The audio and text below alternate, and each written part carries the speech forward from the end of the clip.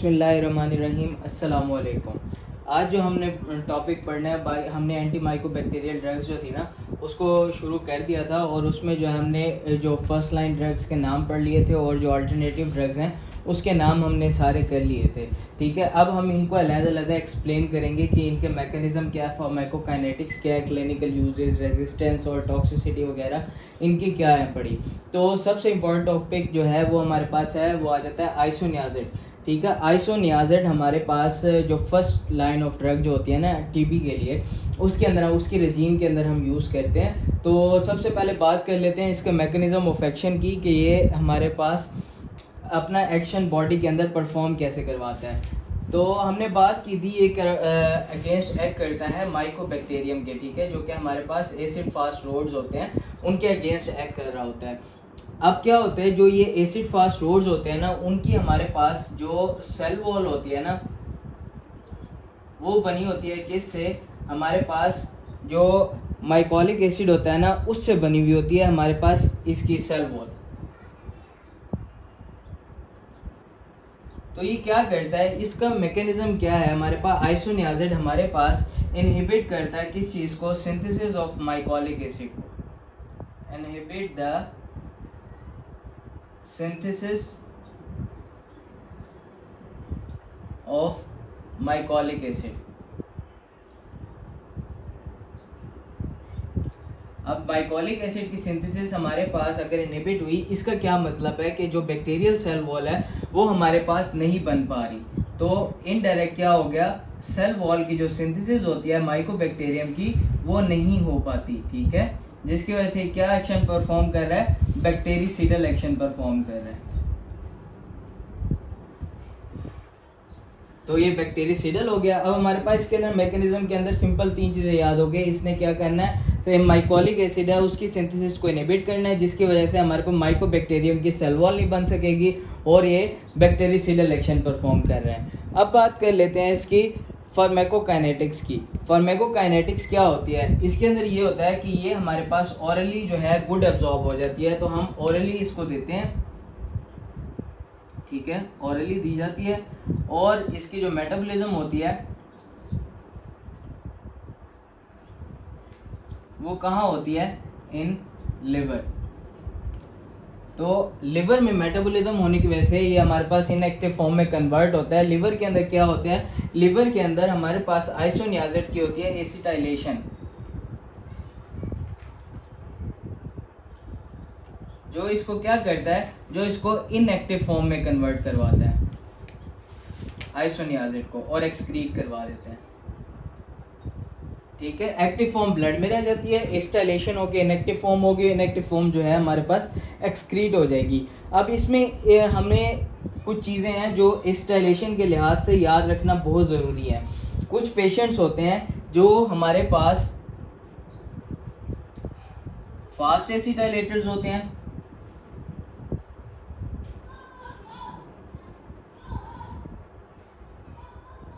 और कुछ होते हैं जो हमारे पास स्लो एसिटाइलेटर्स होते हैं। अब इसमें क्या फ़र्क है स्लो एसिटाइलेटर्स और फास्ट एसिटाइलेटर्स में। जो फास्ट एसिटाइलेटर्स होते हैं वो हमारे पास इसकी जो एसिटाइलेशन होती है आइसोनियाज़िड की वो बहुत जल्दी करवा देते हैं, तो जिसकी वजह से हमारे पास उसकी हाफ लाइफ बहुत ही ज़्यादा कम होती है अगर आप इसको कंपैरेटिव करेंगे स्लो एसिटाइलेटर्स से। अगर ये हमारे पास फास्ट एसिटाइलेटर्स हैं पेशेंट, तो हमारे पास क्या होगी, इसकी हाफ लाइफ रेंज करती है हमारे पास 60 to 90 मिनट्स तक सिर्फ।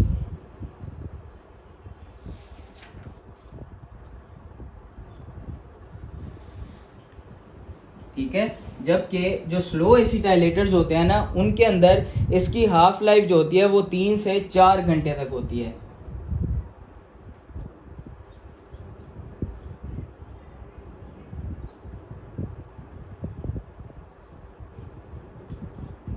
ठीक हो गया, इसमें हाफ लाइफ देखें कितना फ़र्क आ रहा है। फास्ट एसिटाइलेटर्स में सिर्फ हाफ लाइफ 60 to 90 मिनट्स है, और स्लो एसिटाइलेटर्स में हाफ लाइफ 3 to 4 आवर्स है। ठीक है, 3 से 4 घंटे, वो 1.5 घंटा बनता है सिर्फ। और ये डबल हो जाती है। तो इस वजह से हमें देख के डोज इसकी एडजस्ट करनी होती है कि पेशेंट हमारे पास इधर स्लो एसिटाइलेटर है और फास्ट एसिटाइलेटर है, तो इन दोनों में से क्या है उसके मुताबिक हमने इस आइसोनियाज़ेड की पेशेंट के अंदर डोज एडजस्ट करनी होती है। यूजुअली कॉन्सेप्ट है कि एशियंस जो होते हैं वो हमारे पास फास्ट एसिटाइलेटर्स होते हैं,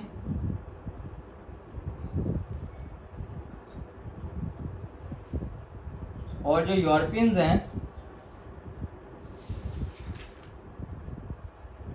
वो स्लो एसिटाइलेटर्स होते हैं।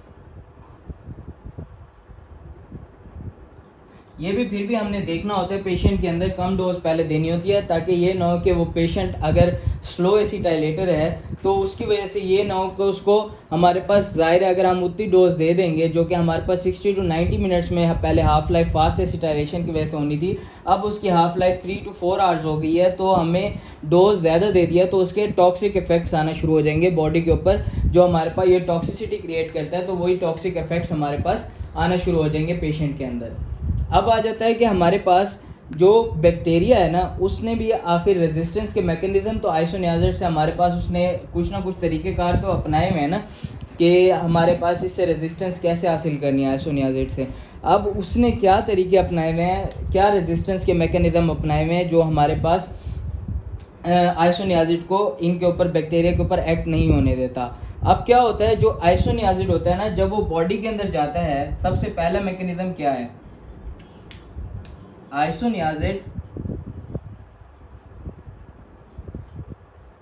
जब वो गया बॉडी के अंदर, ठीक है, वहां पे इसको कन्वर्ट होना होता है किसमें, एक्टिव फॉर्म में कन्वर्ट होना होता है,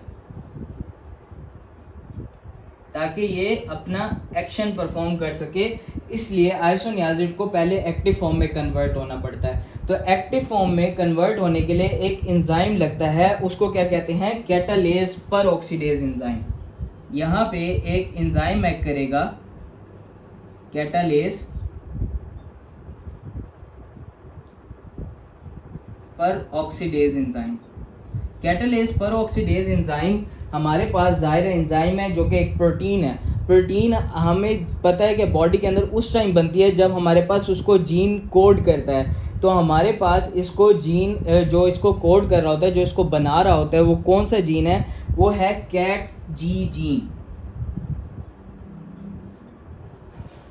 कैट जी जीन, कैट जी जीन जो है हमारे पास कैटालेज पर ऑक्सीडेज बना रहा होता है, ठीक है, और हमारे पास इसको कन्वर्ट कर रहा होता है इन एक्टिव फॉर्म में। तो ये क्या करता है, हमारे पास इसको कैटालेज, अब जो हमारे पास मैकेनिज्म है सिंपल, जो हमारे पास यही चीज़ है ना कि हमारे पास आइसोनियाज़ेड जाके एक्ट होगी, एक्टिव फॉर्म में कन्वर्ट होगी, तो वो क्या करेगा, कैट जी जीन पे हमारे पास बैक्टीरिया एक्ट करेगा और कैटालेज पर ऑक्सीडेज एंजाइम नहीं बनने देगा, तो इसको इनहिबिट करेगा। कैट जी जीन को जो है हमारे पास इसको कोड नहीं करने देगा कैटालेज पर ऑक्सीडेज।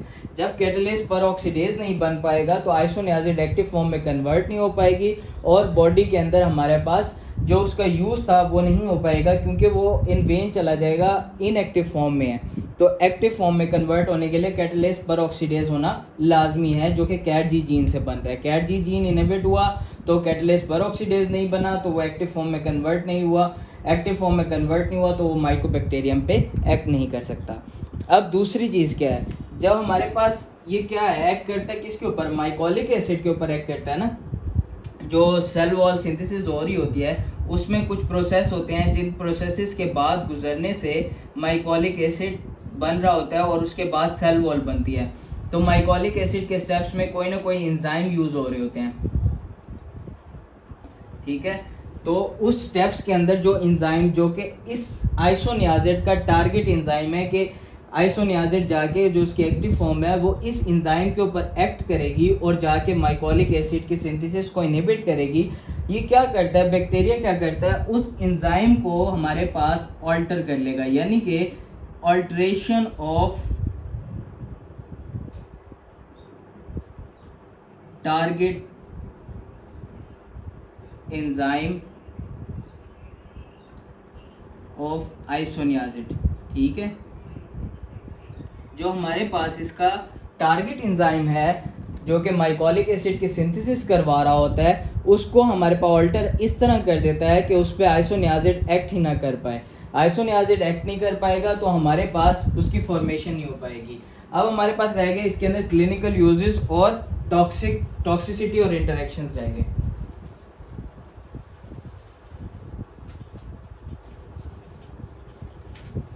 सबसे पहले बात कर लेते हैं क्लिनिकल यूजेस के। क्लिनिकल यूजेस इसके मेनली 2-3 है हमारे पास, ठीक है। सबसे पहले तो हमारे पास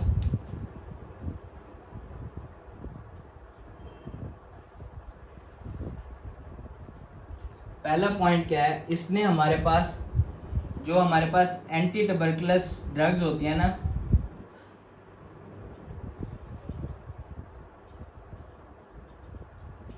फर्स्ट लाइन ड्रग है, उसकी जो रिजीम होती है ना फर्स्ट लाइन रिजीम के अंदर, ये हमारे पास एक मेन ड्रग है आइसोनियाजिड, जो कि एंटी ट्यूबरकुलस ड्रग्स में से हमारे पास फर्स्ट लाइन ड्रग के अंदर यूज़ हो गई, ठीक है। एक ये हो गया। और उसके बाद हमारे पास कुछ पेशेंट्स होते हैं जो कि टीबी के पेशेंट्स हैं ना, उनके साथ आखिर कुछ जो हमारे पास पर्सन्स होते हैं वो इंटरेक्शन कर रहे होते हैं, ज़ाहिर है उनसे मिलजुल रहे होते हैं। तो जो पेशेंट्स उनसे इंटरेक्शन कर रहे हैं तो उनको हम प्रोफाइलेक्सिस के तौर पे हम आइसोनियाजिड सोल देते हैं, ठीक है। अकेला हम आइसोनियाजिड देते हैं।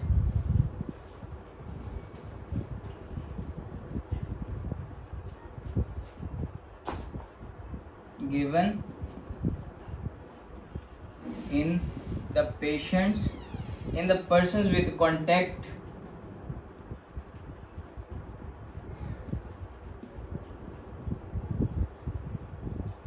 with TB patients।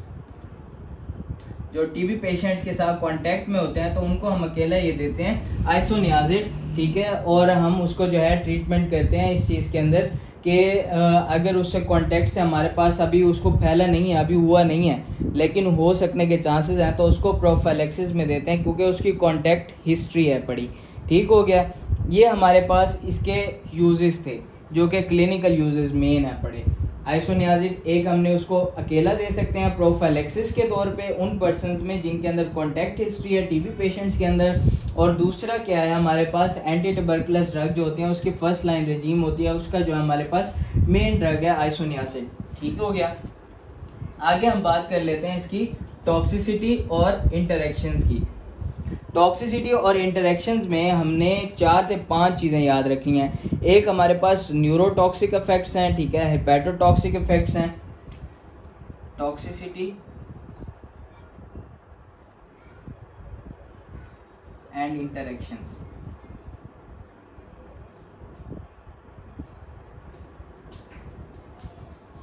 अब क्या होता है, सबसे पहले इसके अंदर होता है न्यूरोटॉक्सिक इफेक्ट्स आते हैं।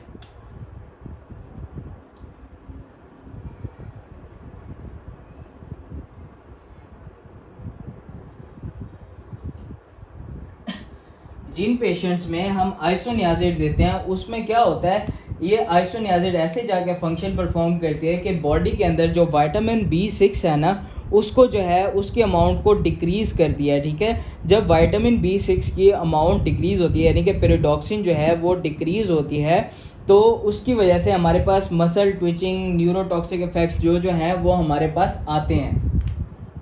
क्या होता है मेनली,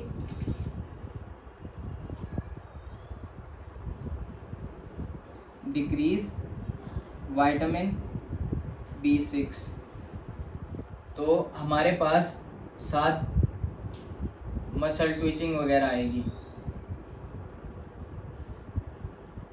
इसके हल के लिए क्या करते हैं कि जब भी हम किसी पेशेंट के अंदर आइसोनियाजिड देते हैं तो उसके अंदर हम पर डे के हिसाब से विटामिन B6 या हमारे पास पेरिडॉक्सिन जो है वो हम 25 to 50 mg पर डे के हिसाब से इसके साथ लाजमी देते हैं, ठीक हो गया। ये हमारे पास आ गया न्यूरोटॉक्सिक इफेक्ट। अब आ जाता है हमारे पास हिपैटोटॉक्सिसिटी आ जाता है, दूसरा पॉइंट।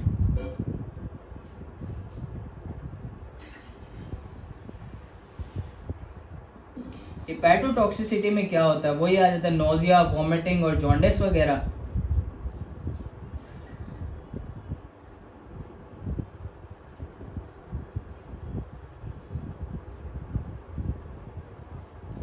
ये हमारे पास हेपेटोटॉक्सिक इफ़ेक्ट्स आ गया, ठीक है। और उसके बाद हमारे पास कुछ ड्रग इंटरेक्शंस होते हैं, जैसे कि हमारे पास क्या कहता है, जो हमारे पास ड्रग्स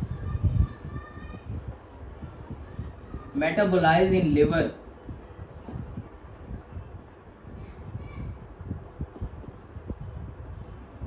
उनका क्या करता है, उनको हमारे पास मेटाबॉलिज्म डिक्रीज कर देता है। मेटाबॉलिज्म डिक्रीज होगी तो उनकी क्या होगी, हमारे पास हाफ लाइफ बढ़ जाएगी। तो ये क्या करता है, हमारे पास उन ड्रग्स को जो कि हमारे पास लिवर के अंदर मेटाबोलाइज होते हैं, उनके मेटाबॉलिज्म को स्लो डाउन करवा देता है और उनकी हाफ लाइफ को बढ़ा देता है, जिसकी वजह से हमारे पास क्या होता है, उनके लेवल्स जो ब्लड के अंदर होते हैं हमारे पास वो बढ़ जाते हैं। उन ड्रग्स के ब्लड के अंदर जो लेवल्स होते हैं वो बढ़ जाते हैं और उनके टॉक्सिक इफेक्ट्स आना शुरू हो जाते हैं। अब क्या होता है, चौथी चीज़, उन पेशेंट्स के अंदर, वो पेशेंट्स जो कि ग्लूकोज 6-फॉस्फेट डीहाइड्रोजिनेज जो हमारे पास एंजाइम होता है उनकी डेफिशिएंसी होती है, उन पेशेंट्स के अंदर क्या करवाता है, ये हेमोलिसिस करवाता है। उनके अंदर ये ग्लूकोज 6-फॉस्फेट डीहाइड्रोजिनेज एंजाइम जिनके अंदर हमारे पास डेफिशिएंट होगा, उनके हेमोलिसिस करवाएगा, उनके रेड ब्लड सेल्स को ब्रेक डाउन करवाना शुरू कर देगा। और पांचवा पॉइंट हमारे पास क्या है, ल्यूपस लाइक सिंड्रोम।